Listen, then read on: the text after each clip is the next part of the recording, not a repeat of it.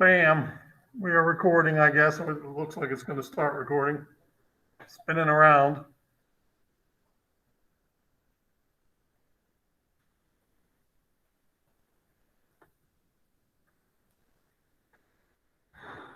Jeez. Having a little difficulty getting the oh, we're on. Okay. I guess now our part 3 of test 2 is closed. I'm working on putting up some things with regard to what we've been talking about lately. I'm going to wait a couple days before I post it, I guess. Give everybody a chance to breathe a little bit. Then I'll put a series of problems out there that have to do with the way atoms combine together to make compounds or molecules. So that'll be coming up in the next few days, I guess, maybe Monday, I guess. I don't know. So that we don't take a little breather. Okay, and what else exciting? Let's see. There was a little bit of an election last night. I don't know, still don't know what's going on. It's a little bit disheartening, but I guess we'll know later today or by tomorrow. And okay, we're going to continue our discussion of what we call a molecule. Now, again, I hate to be repetitive and say the same things over again, but I'm going to. Molecules are formed by atoms that have exactly the same or very similar desire to tug electrons towards them. And what results from this is that they must share the electrons. And the act of sharing the electrons makes charge very evenly distributed in a molecule. And since charge is very evenly distributed because they're sharing electrons rather than one taking to become an anion and one giving to become a cation, those are highly polar entities. And when they're polar, when you have a bulk sample of tons and tons and tons of them, they stick to each other over and over again and form a solid as a result of the concatenation of individual units. Molecules, on the other hand, because of the sharing of electrons, tend to be non-polar when the distribution of charge over the framework of the connection of atoms that make the molecule, so that when you have a bulk sample of molecules, they're not nearly as sticky to one another as they are when they are ions.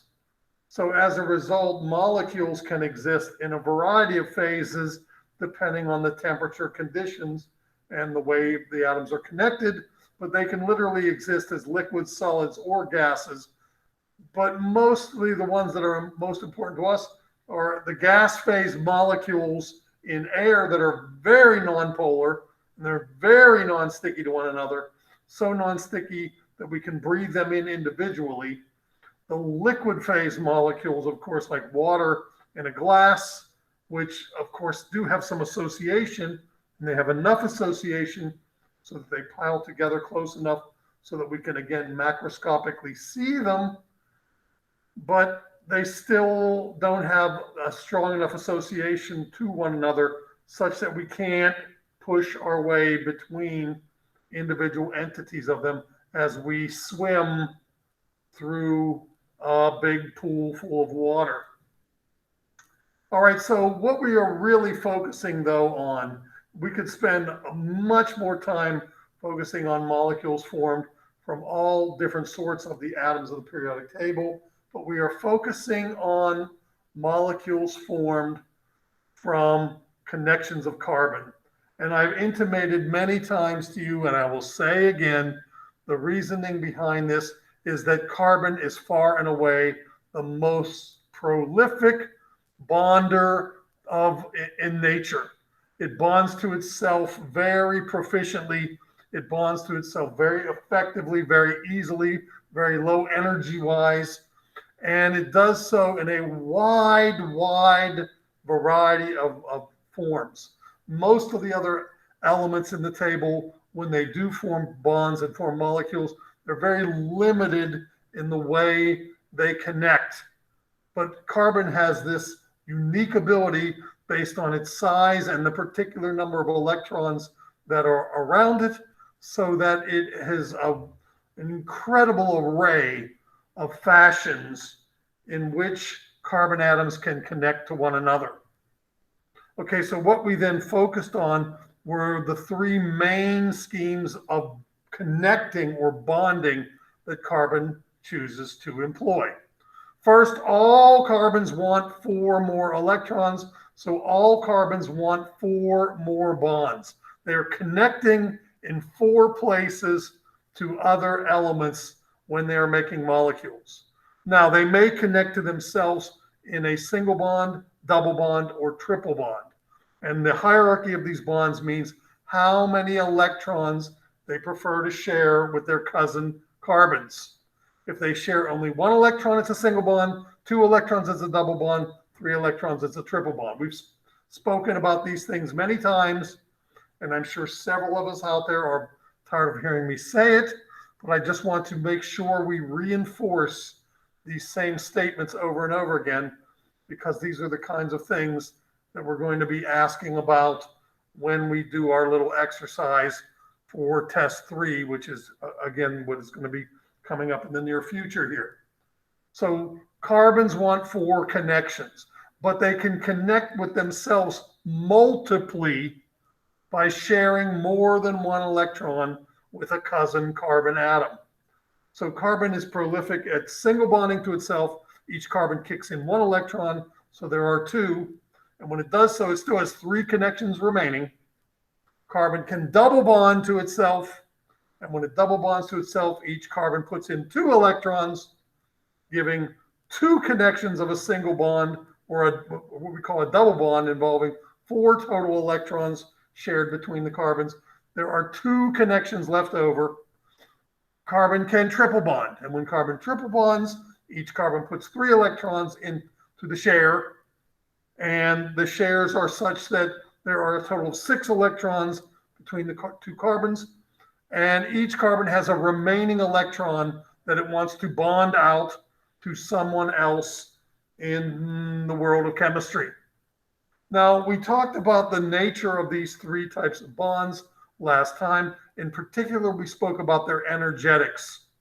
And their energetics are such that there's a certain amount of energy locked up in these connections of atoms that hold atoms together when forming a molecule.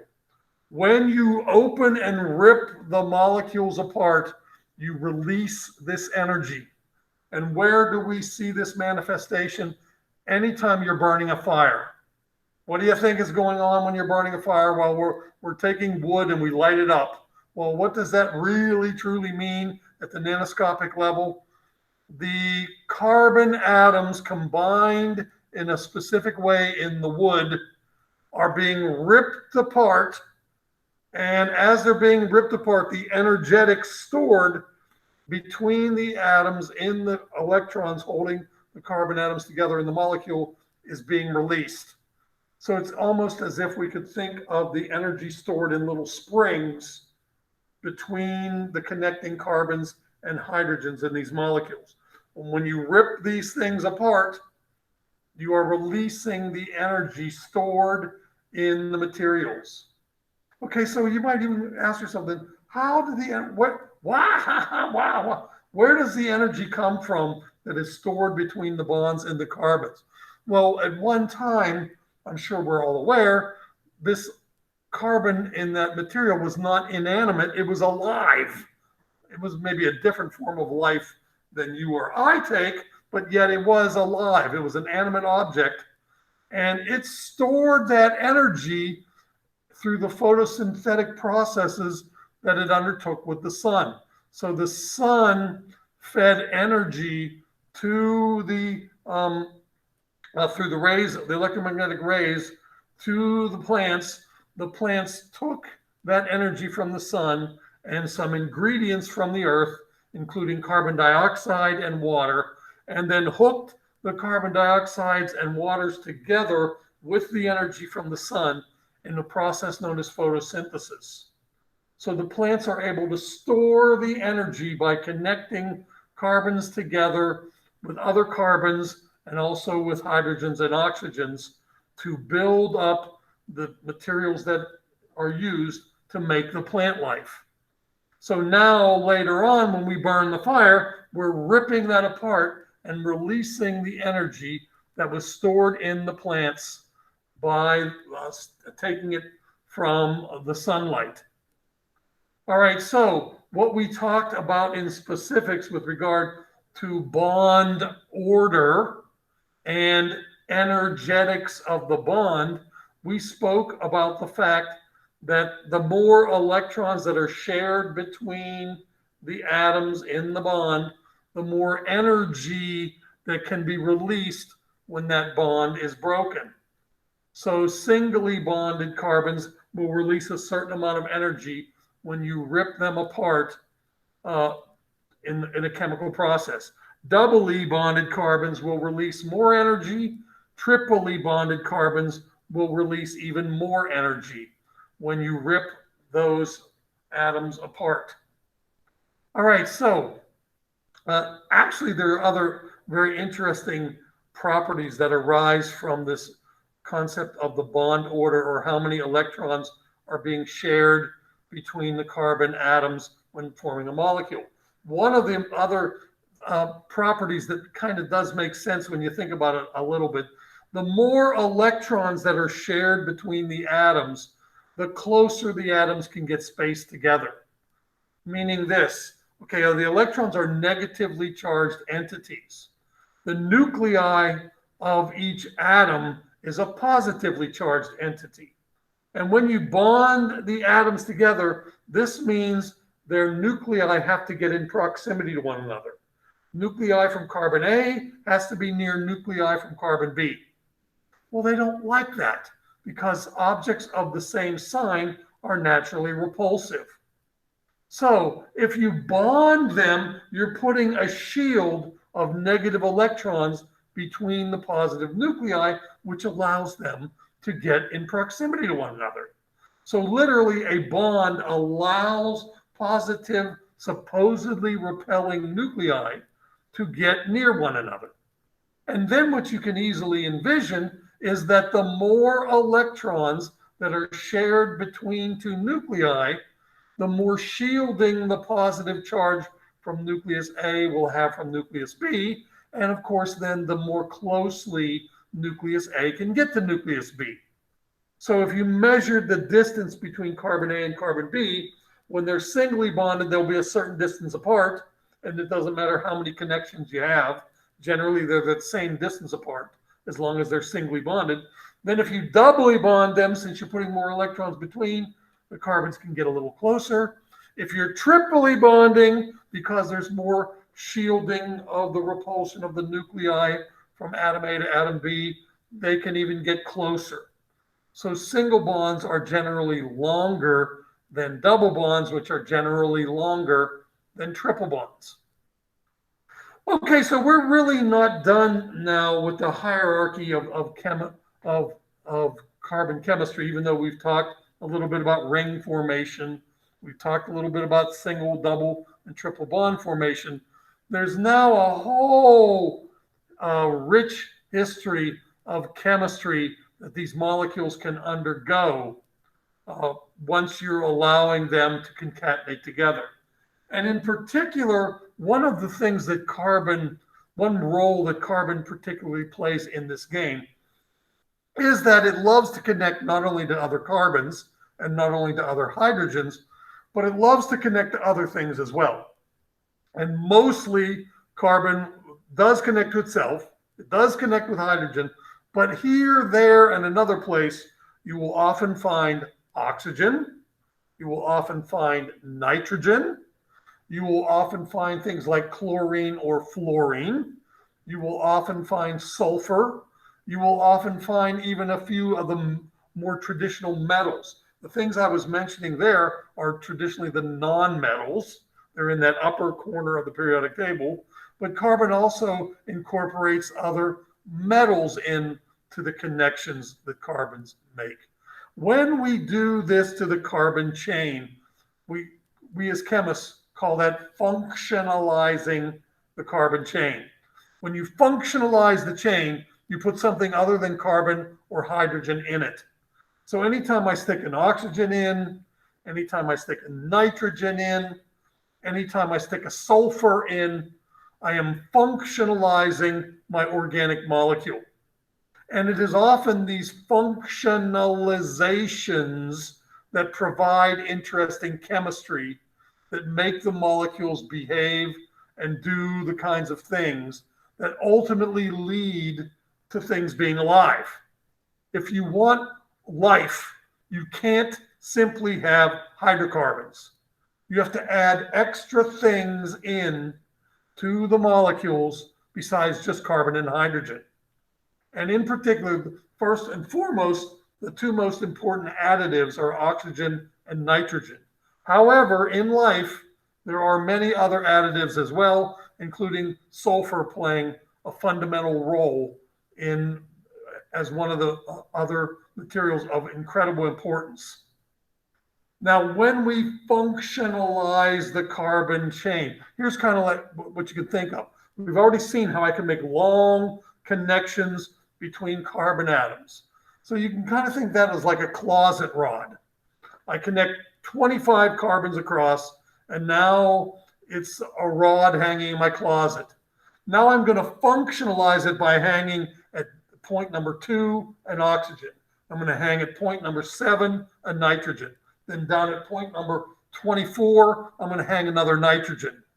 These functionalizations of the carbon rod or the connection of the line of carbons together, now that there's interesting chemistry that happens at those locations that ultimately leads to the kind of interactions that we see in enzymes, in proteins, in the so-called amino acids that ultimately make it possible for me to stand up here in front of you and put a semblance of ideas together in my head and make cohesive thoughts and then relay those thoughts to you, and you can interpret them and understand what I'm saying.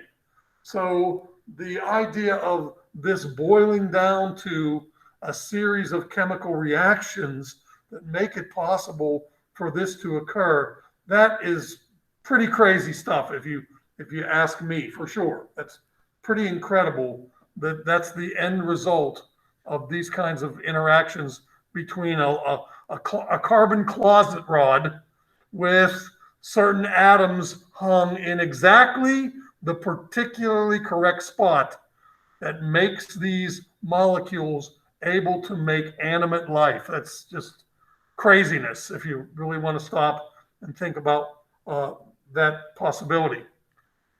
Okay, so I guess I've been rambling on for a good 20 minutes or so with a sort of introduction to this, the ideas of the importance of carbon-carbon connections. I want to mention a few other ideas of carbon-carbon connections in, of course, in my series of slides. So I am going to now go to my series of slides and show you some of the ideas that how we can change the appearance of the carbon chain in order so that the molecules become and be able to do more interesting chemistry.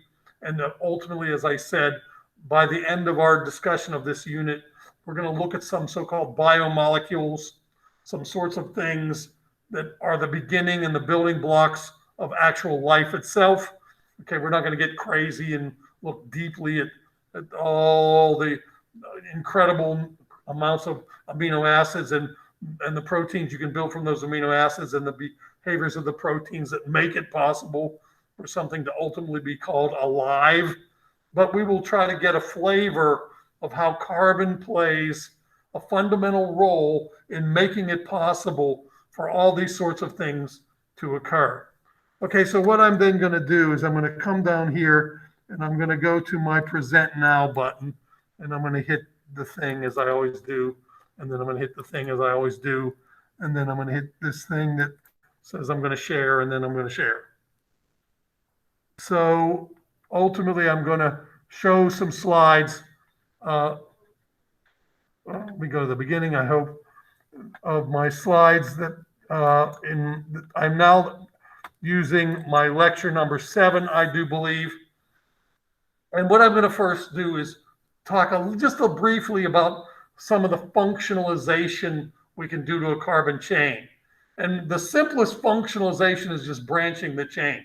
So far, we've talked about straight line connections of carbons. So if I have a 5-carbon chain, I called it a pent molecule, 6-carbon chain, a hex, a 7-carbon chain, a hept. Now, if it's got a single bond, I put it as an ending ANE. That tells me all the connections are single. If I have a double bond connection, I use an ENE. And if I have a triple bond connection, I use a YNE. So if you hear the name octene, you know it's an 8-carbon chain and somewhere there's a double bond. If you have heptyne, it's a 7-carbon chain and somewhere there's a triple bond. Now what I'm going to do is not only just connect the carbons in a straight line, I'm going to allow for turns in the carbon chain. And we call this branching. So just like I'm in a tree, I'm going to have a main trunk. And then coming off the main trunk, I'm going to have limbs and stems of shorter branches of the same material. So I might have a 20-carbon chain as the trunk.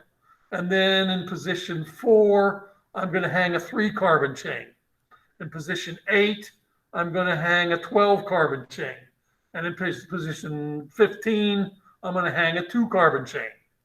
What we call this is branching the hydrocarbon. And I don't think that is a stretch of the imagination to understand how we can branch the hydrocarbon. So if the branch has a 1-carbon branch, we're going to use the 1-carbon prefix to indicate that branch. That would be a methyl. Notice the ending here is YL. Now that's different than methane, different than methene, or different than methine. When you see the YL name, you're indicating the branch length. So if I have an ethyl branch, it's a 2-carbon branch. Propyl, since prop means 3, that would be a 3-carbon branch. Butyl branch is a 4-carbon and so forth. I just keep going up in hierarchy. If I had a 9-carbon branch, it would be a nonyl branch, Nonyl. Now you'll see, not only do I show you the symbols, the names I would give to these branchings, I give you the chemical formulas as well. I give you those chemical formulas in 2 different distinct ways, in either the concatenated individual carbon way or the total structure way. One thing you will notice in either of the shorthand formula or what I'm calling just the formula, the difference between the branch and a regular alkane, if these were regular alkanes, all you would do is add 1 more H. So essentially a branch, what you've done to make the branch is you popped an H off. Now I'm going to slide the remaining spots onto a trunk. So the methyl molecule differs from methane because it's a hydrogen short. The ethyl branch differs from ethane because it's a hydrogen short. Ethane would be CH3CH3. The propyl branch differs from propane because it's a hydrogen short. It would really be, if it was propane, CH3, CH2, CH3. So it's by removing that hydrogen that allows me to slide it on to the trunk of an organic tree. Okay, now the other thing that we typically do is you put the location of the branch with a number. So I number the longest chain starting at 1 on the left carbon and then going up to the maximum number of carbons in the chain at the right carbon, and then whatever branch or whatever carbon of the trunk I'm branching, I list that number of the carbon plus these prefixes to tell me how many carbons are in the branch. So you might see a name like this. If I looked at this molecule and I look at the longest possible chain in that molecule, the longest chain is 3 carbons no matter which way I go. If I start on the left and then go straight across, I get 3 carbons. Even if I start on the left and then turn upward, the longest chain here is 3 carbons, no matter which way I look at it. On the second carbon, I have, instead of put an H, I popped off an H from a methane and hung that single carbon group on there. So what you would call this is, I number the chain, I will call this 2-methyl propane. Propane would be the 3 carbon chain with only H's attached to the C's. But now since I put a methyl group at the second carbon, I indicate that in this way. So as you can see, chemists have a very systematic way of giving the hierarchy of the behavior of these branches. If I have something like this, and I look very closely at it, this ends up being 4-ethyl 2,7-dimethyl octane. The longest chain, counting everything starting from the beginning to the end, is 8 carbons. And then at position 4, there's a 2-carbon chain. And at positions 2 and 7, I branched with a 1-carbon chain. So this would be something like that. Now, am I going to get real crazy with this and have you name a bunch of compounds like this?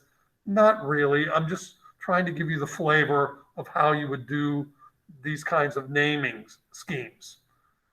Okay, now what I want to point out, though, and again, don't think I'm going to have you go crazy. If you wanted to learn more about doing things of this sort, I would say take a chemistry class that is higher level, that delves into these things in much more detail. And I know that that's not what we're all gearing our careers towards. So I know that we're not interested in doing such things. That doesn't bother me. I can live with that. But in any event, just to get the flavor of what we're doing, and you can see that the names are very specific. They get longer and longer names, but if you think and now appreciate how the name is laid out, it's giving you specific information, literally, of how to connect the atoms together to build the molecules. And this is very important if you speak the language of chemistry, that you take advantage of and you learn the skill of using the naming scheme to unravel how the connectivity of the atoms is going to be.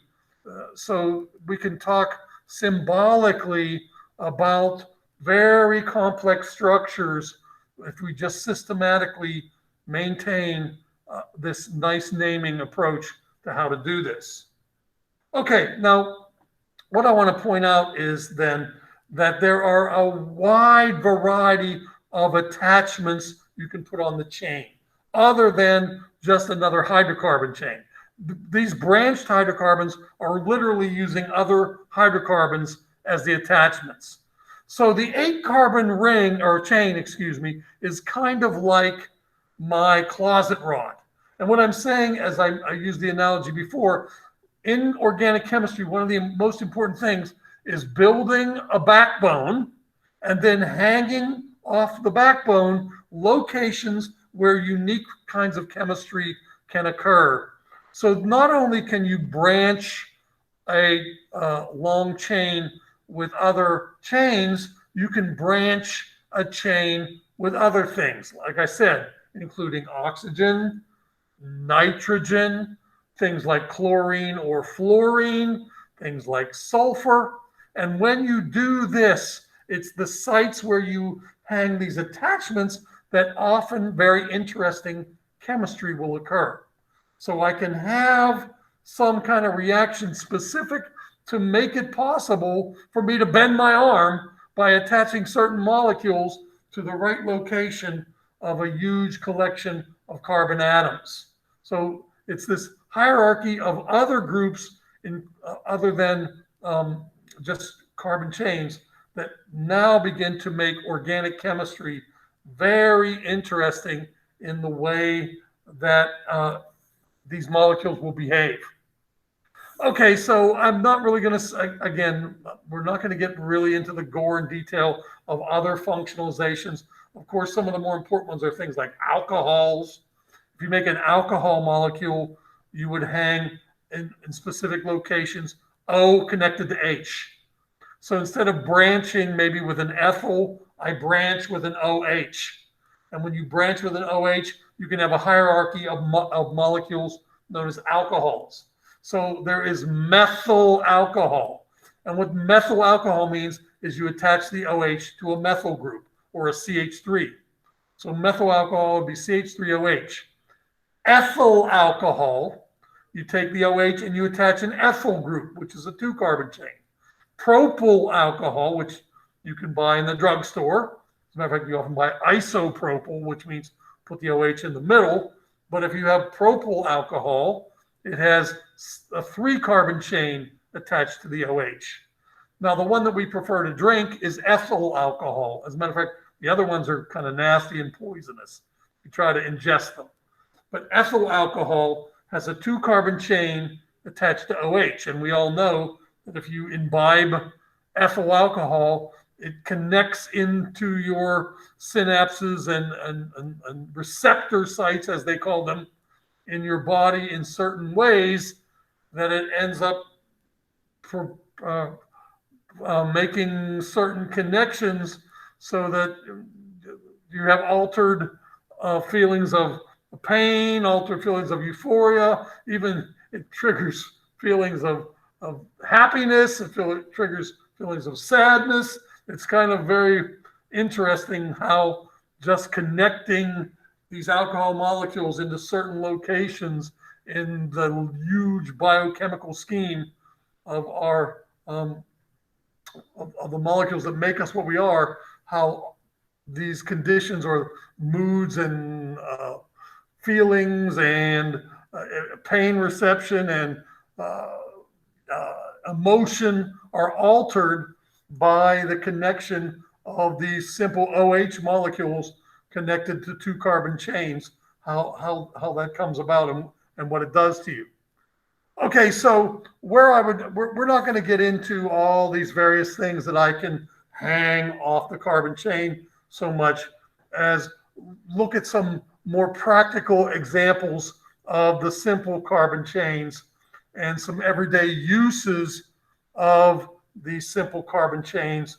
And the first one that's probably of greatest importance to us is what happens in the earth when we have what we call fossil fuels. Okay, so first, if you don't mind, I would like to just spend a moment talking with you about the absurdity of our use of fossil fuels here in this country, our love affair with fossil fuels. It's kind of incredible. First of all, what is a fossil fuel? I think we all know what a fossil fuel is. A fossil fuel is derived from carbon-based molecules. So I'm going to mine in some way or harvest in some way a collection of carbon-based molecules, and we're going to use them as sources of energy. Now, ultimately, where did these carbon-based molecules get their energy that they are storing, that we are going to use? Ultimately, the energy that they store came from the sun. And in some way, shape, or form, the fossil fuel at one time, probably thousands, if not thousands, probably millions or close to millions of years ago, these fossil fuels were alive. And in some way, as they were alive, they harvested energy from the sun, either directly or by ingesting plants that harvested the energy from the sun. They collected this energy up, and then in some tectonic process, some geologic process that I really am not at liberty to explain because I don't really know much about, but at some point in the development of this planet, somehow huge fields of this stuff, huge oceans of living critters that might be actually individually pretty small in size, but ultimately when the ocean dried up or the lake dried up or the climatic conditions changed, all this organic matter or formerly alive matter has died, and then somehow as the material decays, it works its way into the ground, and then as it works its way into the ground, it gets squeezed by the massive pressure of plates of rocks in the ground, or maybe through tectonic shifts of the Earth's plates, gets folded into the ground and then squished and mashed upon, particularly importantly in the absence of oxygen.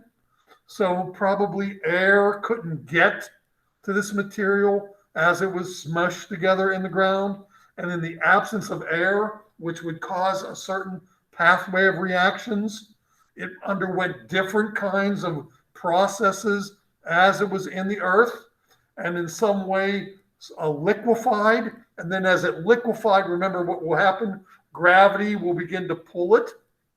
So as this material begins to liquefy in processes, it begins to run with gravity into pockets.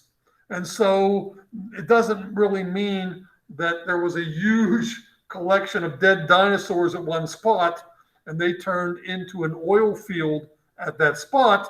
Probably what happened was spread over a huge amount of the Earth's crust.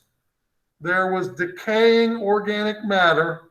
As the organic matter decayed in the absence of oxygen, it liquefied.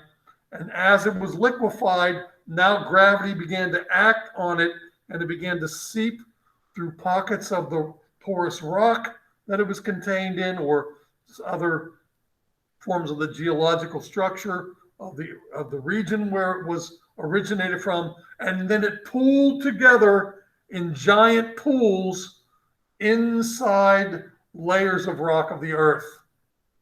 Now, not only is that crude oil piled up in there as well, these anaerobic, as I will call them, or lack of oxygen processes, which formed this stuff, also made not only a bunch of liquid goo, but also made a bunch of gas. And most of the gas ends up being methane, CH4. So this is a highly pressurized, packed into the earth collection of this organic goo that literally has been in the earth for, if not thousands of years, going on millions of years. So it takes probably a million years to cook this stuff up, we'll say, to make a batch of it. And if you somehow drill down into it, okay, now then there's many other things. Depending on the pressure it's subjected to and the temperature conditions it's subjected to, it might solidify. What happens when it solidifies? It makes what we call coal. So there could be solid seams of this as well. It used to be organic matter. At one time it was alive. It probably went through a stage where it was liquefied at some point, but now it is even solidified after the action of a sufficient amount of pressure and time buried in the earth. Okay, so we have the chance that it could be a solid form of this fossil fuel or a liquid form. Now, the kind of most interest to us as we drive our vehicle is the liquid form. And now if you would to drill down into the earth and tap into this, a pocket of this stuff, very often, and in particular the first time you tap into it, you're going to not only tap into that liquid, but there's a bunch of highly pressurized gas squeezed into the rock formations as well. And this can be shot up out of there, and they would call this a gusher or a geyser or something at that point, where you're shooting the oil up out of these pockets because of the highly pressurized natural gas, which is in the same small pocket of space along with the crude oil. Okay, so let's say then But I would say, okay, this is also another interesting story that probably you should be reminded of if you don't already know. Our initial beginnings of the oil and gas fossil fuel industry don't go way back in time. I would say in the 1700s, there was no such oil and gas industry. I would say that this all began in probably the early 1800s, is when we began to take advantage of the energy stored in these pockets in the earth. Now, what did we use before that? It's kind of crazy what we used before. We used, in many places, they literally used whale oil. They did have oil that they could use to light lamps, and they literally lit the streets of Boston and New York City and other major metropolitan areas, but they lit these places with organic oils harvested from animals directly. Now, talk about barbaric and cruel and crude. Can you imagine how many whales they had to kill in order to get enough oil to keep the street lights in Boston and New York City lit? Pretty crazy. As a matter of fact, they had guys people who walked around with long candles and like lit the lanterns that were along the streets of New York that were full of whale oil. So before we learned how to harvest this oil from the ground, we were early on getting it from killing essentially every whale that was in the ocean. The short-sightedness of humans never ceases to amaze me.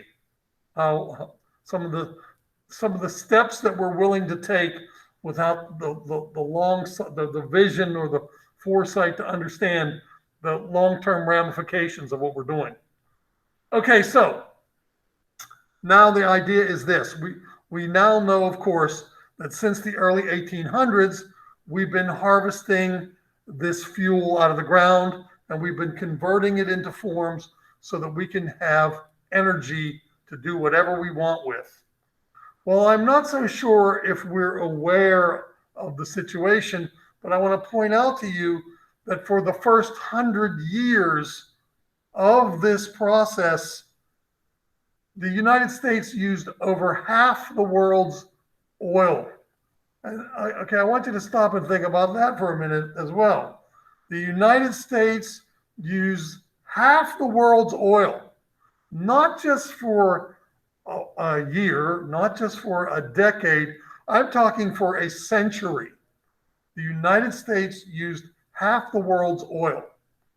And if you think in any way, shape, or form that the United States constitutes half the world's population, you're a little bit wrong there. Yeah, we're not even close. But yet we still managed to dominate the energy industry and the usage of these fuels. Now, I got bad news for you on several fronts. One, there's only so much dinosaur goo in the earth. Two, it takes on the order of 1 million years to cook up another batch. So we're not cooking up another batch soon. Three, we no longer wallow at the energy trough by ourselves. China's button up to the trough. People in China want to drive a car now. They didn't for not only a few decades, we're talking for the first 100 years of automobiles. People in China didn't have automobiles. In America, each family has 3 automobiles. Now, the people in China want 1 each. Well, guess what?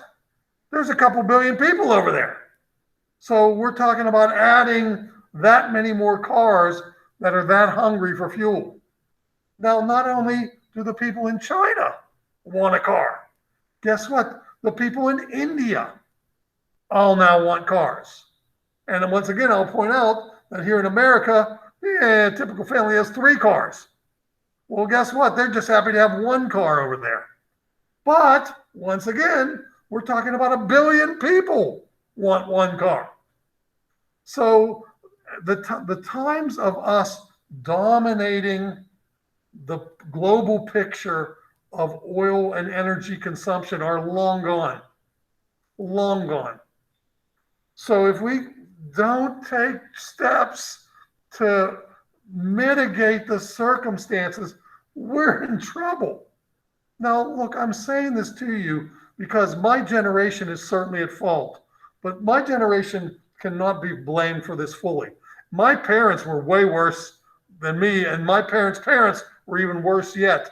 They had no interest in worrying at all. They didn't even think to worry about these things. Not at all. It wasn't even on their radar. It wasn't even on the horizon that these were problems we had to worry about. But nowadays, look, I'm old and used up. I truly am. I'm about done here. You guys are now going to be the stewards of this stuff, and somebody's got to take responsibility and understand that we got to do something about our insatiable desire to use oil. I mean, there's only so much left, and China and India want it too. It's unsustainable. What we're doing is unsustainable. I don't care if you frack. I don't care if you're this. I don't care if you're that. It's unsustainable. It's not me that has to worry about it. It's really not even you that has to worry about it. Who it is your kids. And it's your kids' kids. And just to think, when I look at my grandkids and to think that I would do this to them is horrible. Horrible to do these kinds of things without taking some responsibility. So we got to do something. I'm sorry, I'm on a soapbox here, but I can't help it. I think we need to take some sorts of steps to control our use of oil. There's no doubt about it. And we almost seem addicted to it, and we just can't stop ourselves. We can't help ourselves. We can't stop, and we can't help ourselves. Now, there's lots of things that can be done. Certainly conservation, certainly public transit. There's just so many things that we can do. Certainly alternative fuels. There's so much that can be done, but we really seem hesitant or even reticent to take the steps that are necessary. And I worry. I worry for the future about what the ramifications of what we're doing today are going to mean. I'm not talking about 100 years from now. I'm talking 30 years from now. What it might be like if we don't do something smart with the way we use oil or the way we approach or just wean ourselves off of these so-called fossil fuels. All right. I know we're tired of hearing me talk about this stuff. Let me talk about then what we're supposed to be talking about. That was a 10-minute diatribe from a cranky old man. Sorry, couldn't help myself. Let's now talk a little bit about the connection between carbon chemistry and the ideas that make a fossil fuel from the carbon chemistry of the stuff stored in the earth. Okay, so crude oil, what is it? Well, it's a mixture of a whole bunch of hydrocarbons. Some alkanes, of course, now let's remember what that means. Single bonded carbon chains. Cycloalkanes means instead of being hooked in a chain, they're hooked in a ring. There's some alkenes. Alkenes are, remember, carbons with double bonds. There's some polyaromatic hydrocarbons. Now, what does that mean? We talked a little bit about that before. These are carbon containing compounds that have alternating single and double bonds spread throughout them. So when you dig up crude oil, they're being plowed in the dinosaur goo and plant goo and moss goo and all this stuff that has been mashed together through the geological processes of the earth, typically in the absence of oxygen. That's a very key feature. Air couldn't get to it, so it ended up cooking itself into this goo that we find in the earth. And when we do so, it's not a single kind of molecule. It's a huge, vast collection of various types of molecules that really, in the form it comes up, is pretty unusable. So petroleum distillation is the process where we refine, and I'm sure we've all heard the word, a refinery changes it from this crude state that we take it out of the ground into a usable form for energy consumption. So we use a petroleum distillation process. Now, what is distillation? Distillation means you boil it. That's what it boils down to. When you distill something, it starts out in the liquid state. Then you boil it. And what does it mean to boil it? You heat it. And as you heat it, it changes from a liquid to a gas. So then once you boil it, all the things that were mixed into it start floating in the air. But the deal is this: each individual component now will separate based on its boiling point. So when I have the mixture of things and I heat it all up, they all become gas phase. Then I move them away from the heat. The different components will condense at different temperatures. So the longer chain ones will condense first because they boil at the highest temperature. The shortest chain things will condense last because they boil at lower temperatures. So they can maintain the gas phase at lower temperature, and then they eventually become liquid when they cool off far enough. So what you do is you heat the whole sample up, change it all into the gas, and then based on the difference in their boiling points, or we can look at it reverse, in their condensation point, the point where they will change from the gas phase into the liquid phase, we can separate this complex mixture into specific mixtures. So this cartoon here will show us how that is done. This is a cartoon of a petroleum distillation tank.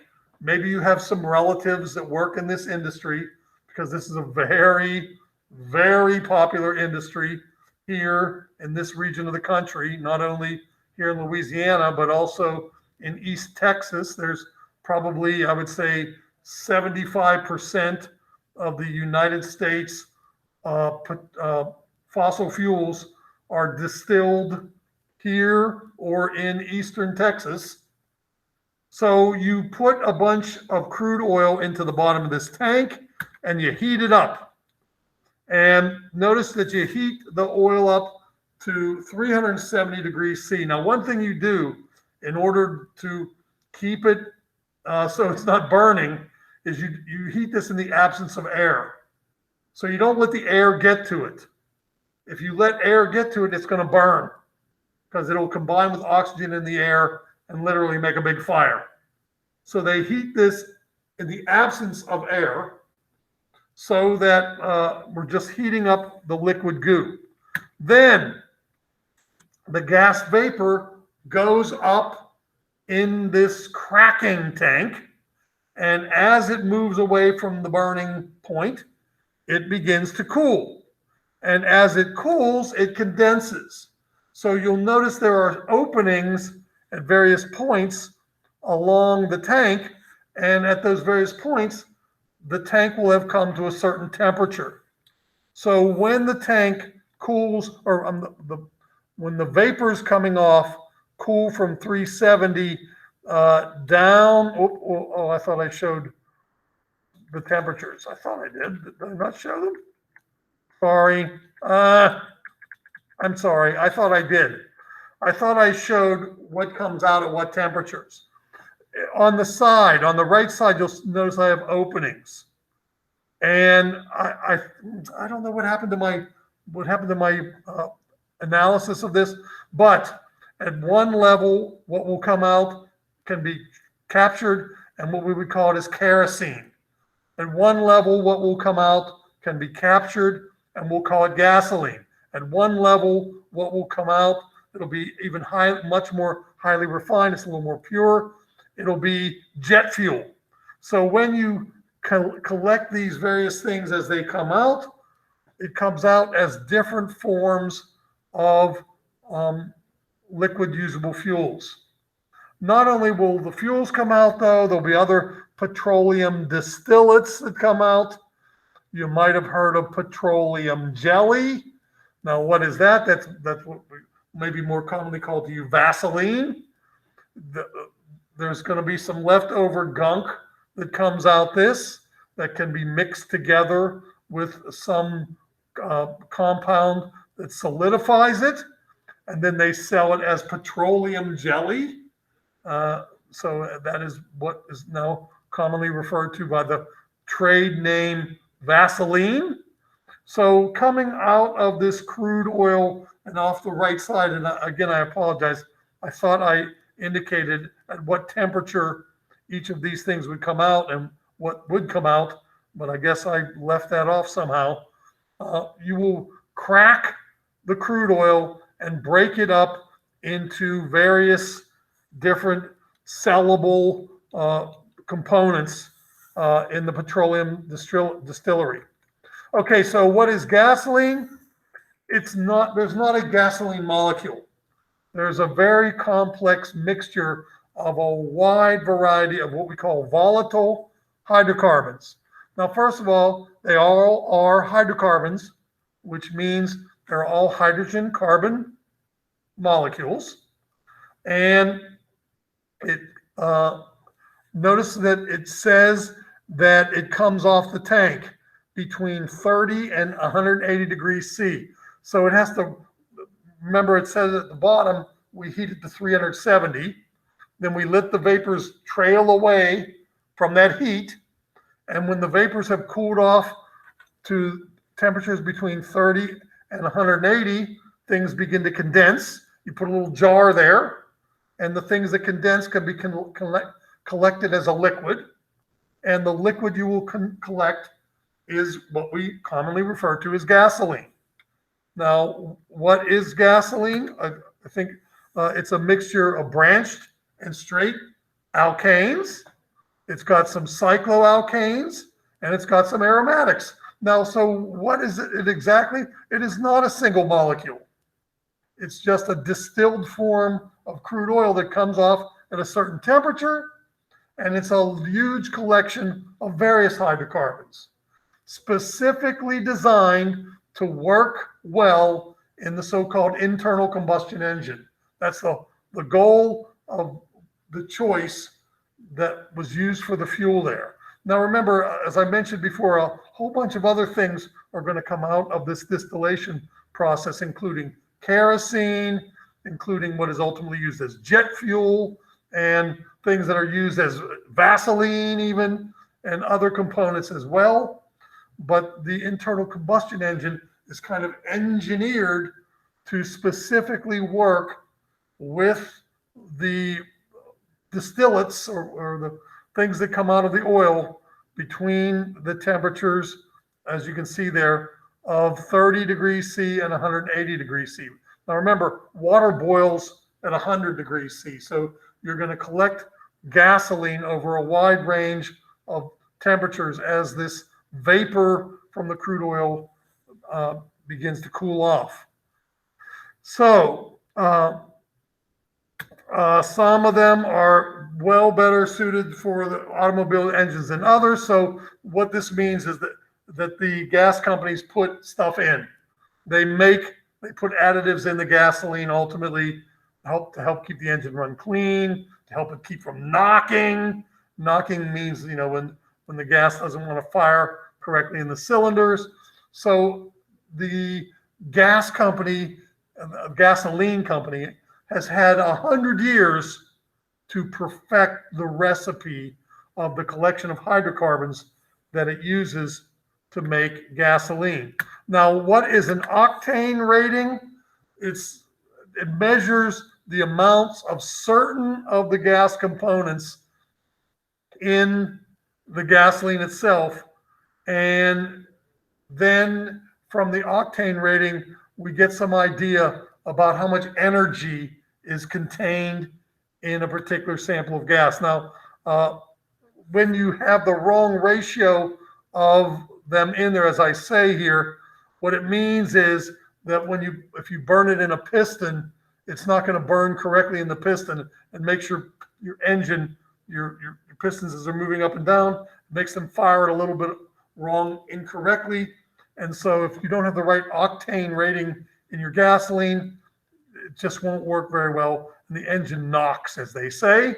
So what they found was the more of this octane you had, it seemed like the engine was able to run at its best when you had the correct amount of octane.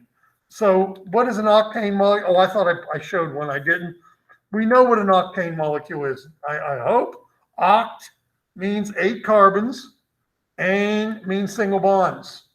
So an octane molecule is an 8-carbon chain molecule, all the carbons single bonded. And if you have the right ratio of octane contained in the various amounts of hydrocarbons that are present in the fuel, then the gasoline seems to burn the best. Now, again, let me point out to you, gasoline is not pure octane. It's just a certain proportion of the gasoline is octane, and then that makes it seem to work the best in the internal combustion engine. So the octane rating was set in order to rate how much of the octane was present so that it would burn most correctly in a car engine. Okay, so the next thing I want to talk about with regard to carbon atoms are what we call polymers. Now, more correctly to us, we would derive it from this Greek word when we're talking about a polymer. And what is the indication of this word? This is the Greek word meaning moldable. So if you have something moldable, to a Greek, it was plastikos or some plasticus or something of that type. And of course, what we call that would be a plastic. So a material that is plastic to a chemist is more correctly called a polymer. Now, what do we mean when we say a polymer? Well, if you digest that word, polymer means many body. So polymer means I'm going to connect something over and over and over again. And that's essentially what plastics are. Plastics are visible carbon molecules. Now, the same kind of idea is true when I made table salt. Remember when we talked about table salt, it was Na connected to Cl, but not a single Na connects to a single Cl. NAs connect to CLs over and over and over and over and over and over and over and over, so much so that you can see them. So the same thing is now going to be true in a piece of plastic. If I take an individual hydrocarbon unit, way too tiny for me to see, a methane molecule, I have no idea I would never know it is present because I absolutely cannot see anything at that level. But now if I concatenate methane to methane to methane to methane to methane, and I grow it into an amazing strand, and literally I would have to have about 10 to the 20 methanes connected to 10 to the 20 other methanes in a line so that I can see it. So I can make something that is macroscopic out of a molecule. Now, macroscopic molecules based on carbon have come to be known as plastic. Now, we all know the characteristics of many forms of plastic. First of all, we should mention nowadays the engineering of plastic is amazing. We can do pretty much anything we want with plastic. But if you stop to think of, if you put a vision in your head of what plastic is like, it's bendable and moldable and shapeable and formable very easily. It's very pliable, probably not terribly rigid, has fairly good structure, but not nearly the structure of like a metal container or a wooden container. Now, again, what I want to point out is that these pictures are kind of changing because we are getting the technology of molding plastics, and the materials that go into making plastics has changed dramatically in the past 100 years. It has been about 100 years since plastics were invented. And over that 100 years, our ability to manufacture plastics with different properties has changed immensely. But what I would say, though, is the picture that you have of plastic is a very lightweight material that's durable, but not incredibly rigid so that you can't smash it easily with just applying a little bit of force to it and things of that sort. So this pliability and flexibility of plastic stems from the fact that it's a molecule. Remember, I've already indicated to you that molecules have this distinct difference in their makeup compared to, say, ions. They are pretty much nonpolar. They pretty much have charge separation so that they're not going to have positive and negative ends, so that they don't stick very well to one another. Since they don't stick very well to one another, then they're not very rigid when you put them into a collection of them. So it's this lack of rigidity that makes it possible that I can now shape a plastic object in a wide variety of forms. Now, I can't overemphasize to you the industry of plastics and how it has matured. Again, I will say, in the past 100 years, we have really ramped it up and learned how to manufacture molecules with a wide variety of properties. Nowadays, we can make these polymers or plastics that are more rigid than steel, that are stronger than steel. They can stop bullets. So we really have changed our whole dynamic of the properties that we can get from plastic materials based on the additives that we put into the concatenation of the molecules.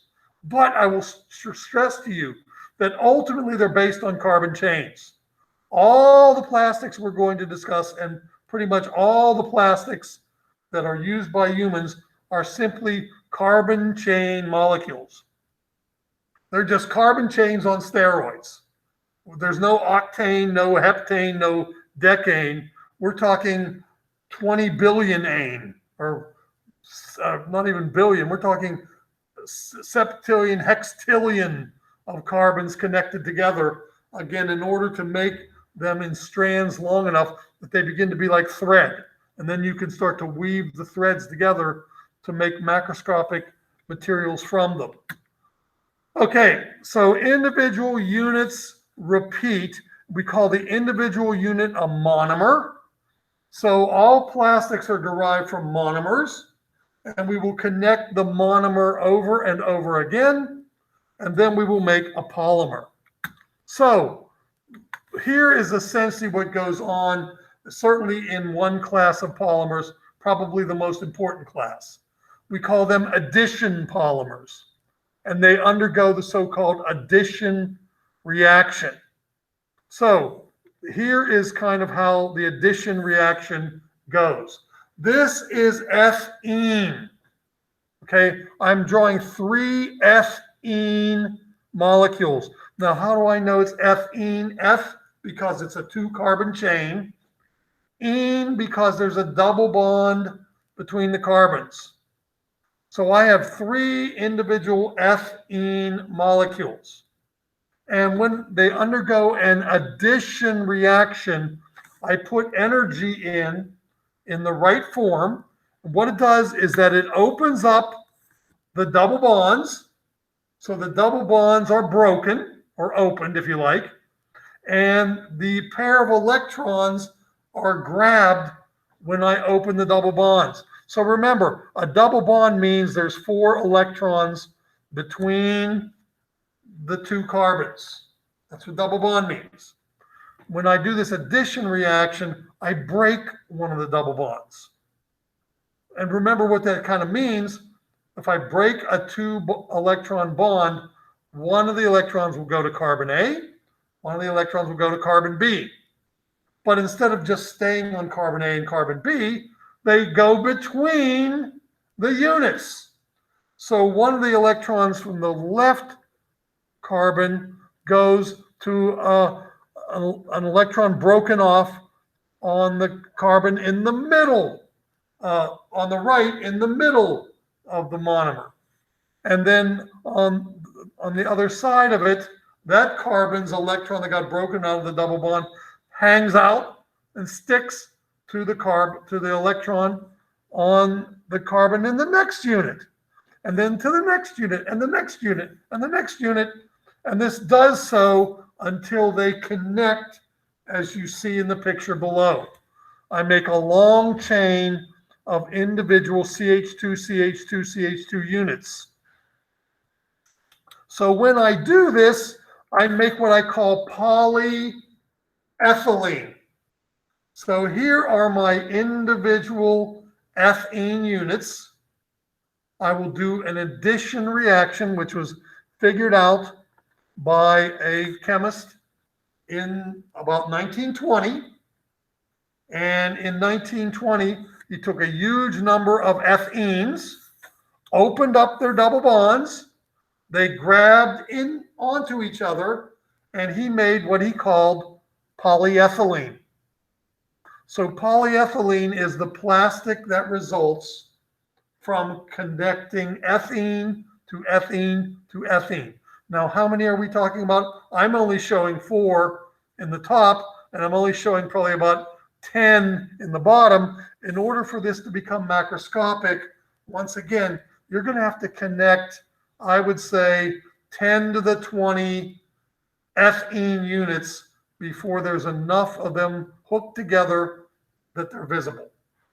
So if you have any strand of polyethylene, you have just an uncountable number of individual ethenes hooked together. Now, so the monomer unit is, as you see in the little red group there, that's what happens when I rip the double bond apart. It reaches out and grabs its neighbor. And I'm going to make a bunch of single bonds.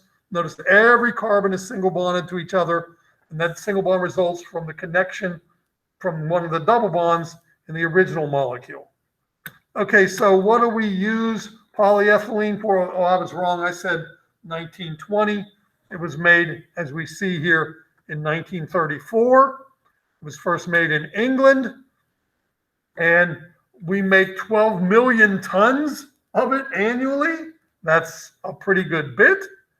Now, so under the right conditions, the chain branches, and when you do it, you make this really soft plastic that is moldable, but it's also very flexible.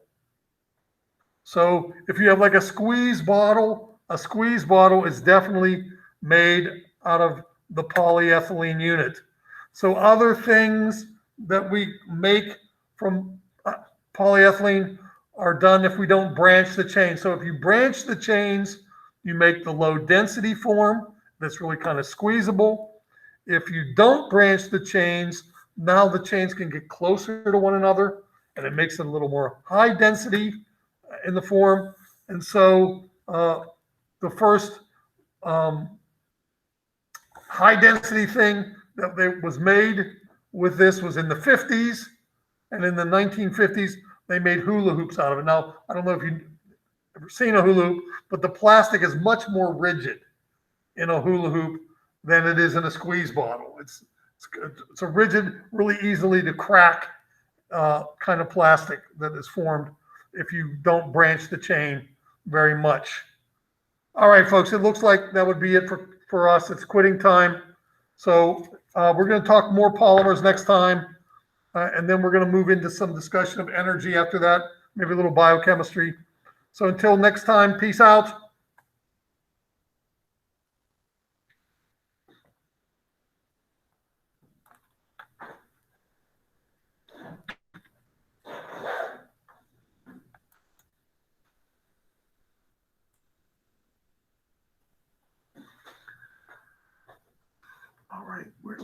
this. Thanks for my audience.